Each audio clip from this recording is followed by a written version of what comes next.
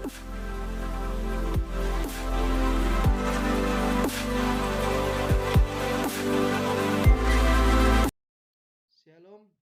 saya Daniel Priando Pakpan. Saya kuliah di Institut Agama Kristen Negeri Tarutung. NIM saya 220101059. Di sini saya akan mempresentasikan tentang kanonizasi Perjanjian Lama pada kitab Pengkhotbah dan Kidung Agung. Kita masuk dalam materi yang pertama, Kitab Perjanjian Lama Pengkhotbah. Kitab Pengkhotbah atau disingkat Pengkhotbah, akronim PKH, merupakan salah satu kitab pada Perjanjian Lama Alkitab Kristen atau Tanakh. Dalam Perjanjian Lama, kitab Pengkhotbah merupakan bagian dari kelompok kitab-kitab puisi. Bagian yang ke-A, materi kitab Perjanjian Lama Pengkhotbah. Kitab Pengkhotbah berisi hikmat-hikmat kehidupan dan buah-buah pikiran yang diperoleh sang pengkhotbah. Di dalam kitab ini terdapat renungan-renungan pengkhotbah yang mendalam akan betapa singkatnya hidup manusia yang penuh bertentangan, ketidakadilan, dan hal-hal yang sulit dimengerti. Bagian yang ke-B, waktu penulisan. Waktu penulisan kitab Pengkhotbah adalah di antara tahun 400 sampai 200 sebelum Masehi. Alasannya, kitab ini ditulis setelah pembuangan dan juga setelah mendapat pengaruh filsafat Yunani, sehingga diperkirakan ditulis setelah tahun 400 sebelum Masehi. Acuan terhadap kitab ini dari kitab Sirak ditulis kira-kira 180 sebelum Masehi. Sedangkan alasan mengapa tidak mungkin melewati tahun 200 adalah ditemukannya bagian dari kitab ini di antara gulungan Laut Mati yang umurnya diperkirakan berasal dari pertengahan abad ke-2 sebelum Masehi.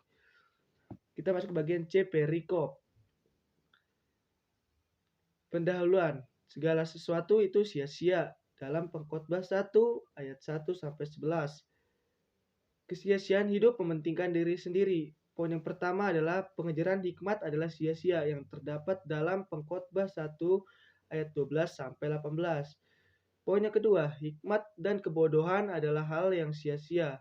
Terdapat dalam Pengkhotbah 2 ayat 1 sampai 26. Penutup. Kita masuk ke bagian penutup dalam perikop yang ke-C.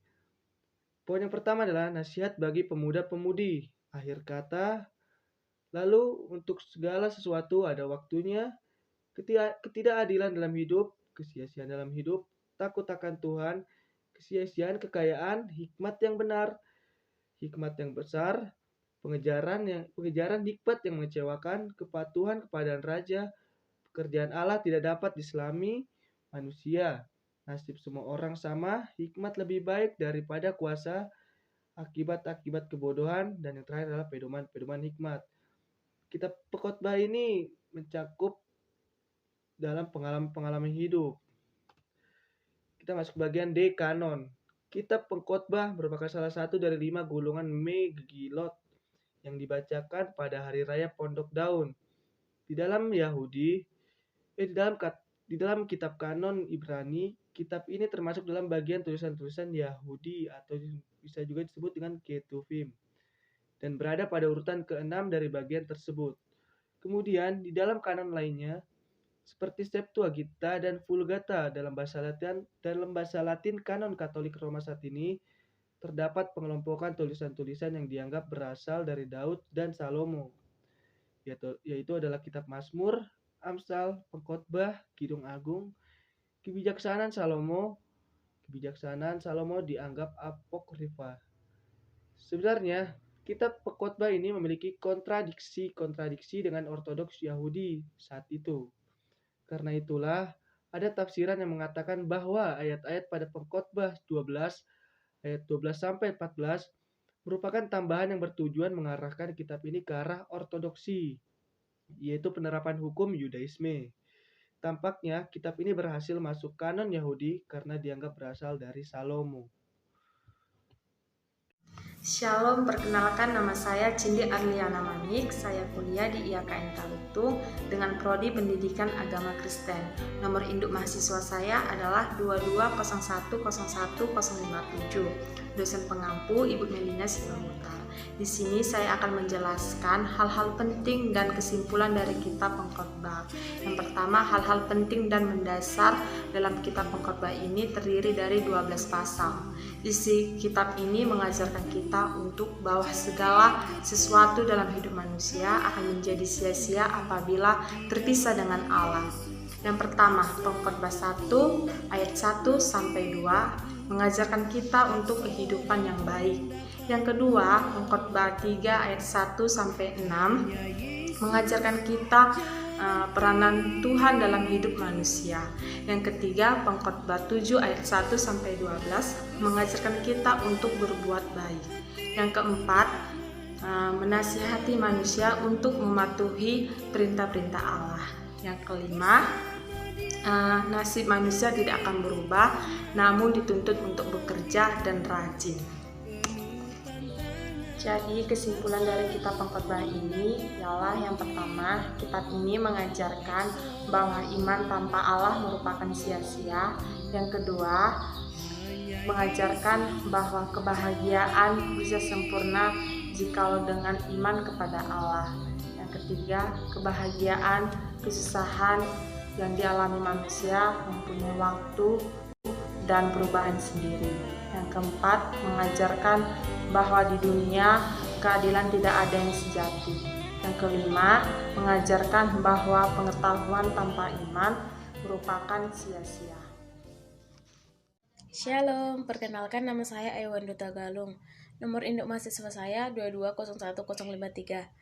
Prodi saya Pendidikan Agama Kristen. Di video ini saya akan menjelaskan tentang Kitab Perjanjian Lama. Terima kasih. Perjanjian Lama. Kitab Perjanjian Lama Kidung Agung. Kitab Kidung Agung atau disingkat Kidung Agung akronim KID merupakan salah satu kitab pada Perjanjian Lama Alkitab Kristen dan Tanakh atau Alkitab Ibrani.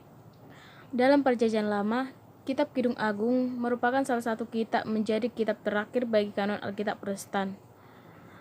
Dalam kelompok kitab-kitab puisi, sedangkan pada Alkitab Ibrani, kitab ini disebut gulungan Shir Hasirim,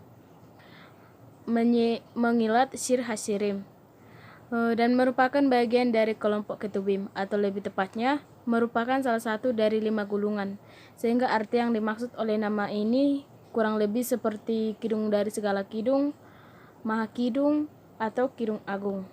A. Materi Kitab Perjanjian Lama Pengkhotbah.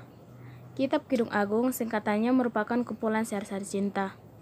Dalam kitab ini, mempelai laki-laki dan mempelai perempuan yang sedang mencintai satu sama lain merupakan tokoh utamanya. Mereka menceritakan tentang kisah cinta mereka, misalnya tentang kekaguman mereka terhadap pasangan satu sama lain, kerinduan yang sangat kepada pasangan mereka, kisah pertemuan mereka, dan lain-lain. Kitab ini sama sekali tidak menyebutkan hal-hal mengenai hukum Taurat, perjanjian Israel, ataupun ketuhanan. Bahkan kitab ini merupakan satu-satunya kitab selain kitab Ester yang sama sekali tidak menyebutkan nama Allah sekalipun. Kitab ini juga tidak mengandung kata-kata hikmah seperti dalam kitab Amsal atau Pengkhotbah. A. Penulis. Kitab Perjanjian Lama ini dinyatakan merupakan salah satu karya Raja Salomo, sesuai kata-kata pembuka Kidung Agung dari Salomo atau TB.